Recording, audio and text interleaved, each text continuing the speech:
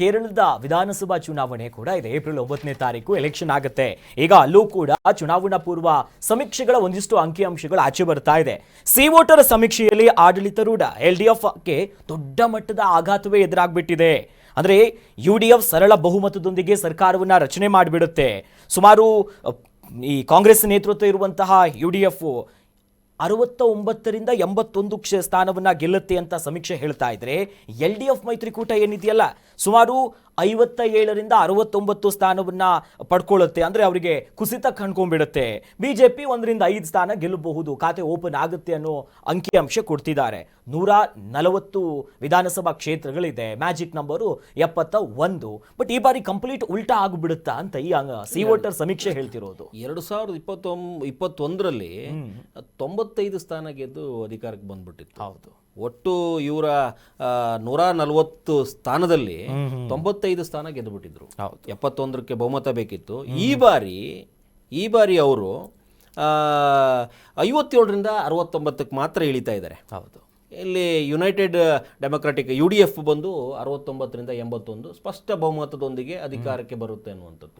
ಇಲ್ಲಿ ತುಂಬ ದೊಡ್ಡ ಮೈನಸ್ ಏನು, ಬಿಜೆಪಿ ನಾವು ನಿನ್ನೆನೇ ಹೇಳಿದಾಗೆ 1ರಿಂದ 10 ಕ್ಷೇತ್ರಗಳ ಕಡೆ ಅವರು ರಣತಂತ್ರ ರೂಪಿಸಿದ್ರು ಒಂದು 5 ಸ್ಥಾನದ ಒಳಗಡೆ ನಿಂತ್ಕೋತಾರೆ. 1-2 ಗಟ್ಟಿಯಾಗಿ ನಿಂತ್ಕೋತವೆ.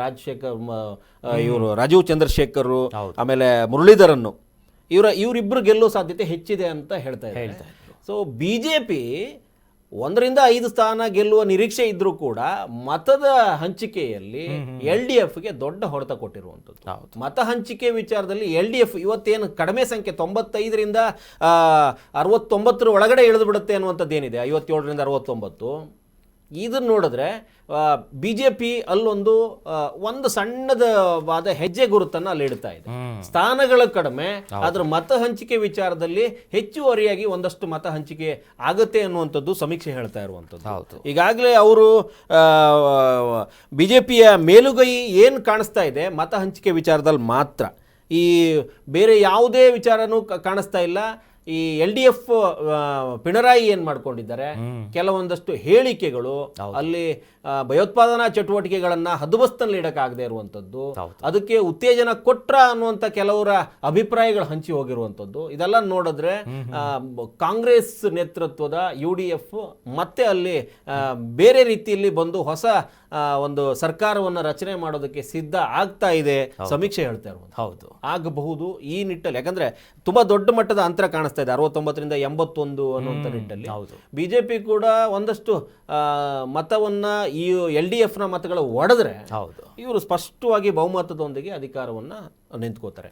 ಆದರೆ UDF ಅಲ್ಲಿನ ಭಯೋತ್ಪಾದಕ ಚಟುವಟಿಕೆಗಳ ಸಂಘಟನೆಗಳ ಜೊತೆ ಇವರ ದೊಡ್ಡ ಒಂದು ಸಂಬಂಧ ಇದೆ ಅನ್ನುವಂಥ ಅನುಮಾನ ಏನಿದೆ, ಅದು ಈ ಸರ್ಕಾರ ರಚನೆ ಆದ ಮೇಲ್ಗಡೆ ತುಂಬಾ ದೊಡ್ಡ ಹೊಡೆತ ಕೇರಳಕ್ಕೆ ಮತ್ತೆ ಈ ನೆರೆಯ ರಾಜ್ಯಗಳಿಗೆ ಸಿಗುವಂಥದ್ದು ಕಾಣಿಸುತ್ತೆ. ಇದೊಂದು ಭಯ ಇದ್ದೇ ಇದೆ ಈ ರಾಜ್ಯದ ಮೇಲೆ.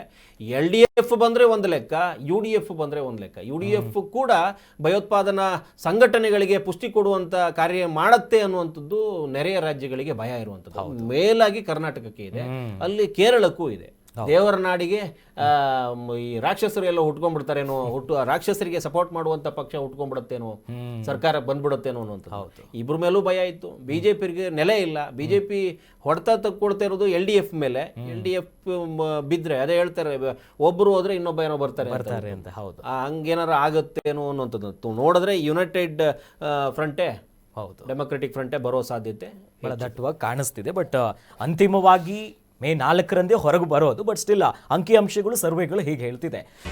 ಕರ್ನಾಟಕ ನ್ಯೂಸ್ ಬೀಟ್ ಫಾಲೋ ಮಾಡಿ, ಸಬ್ಸ್ಕ್ರೈಬ್ ಮಾಡಿ.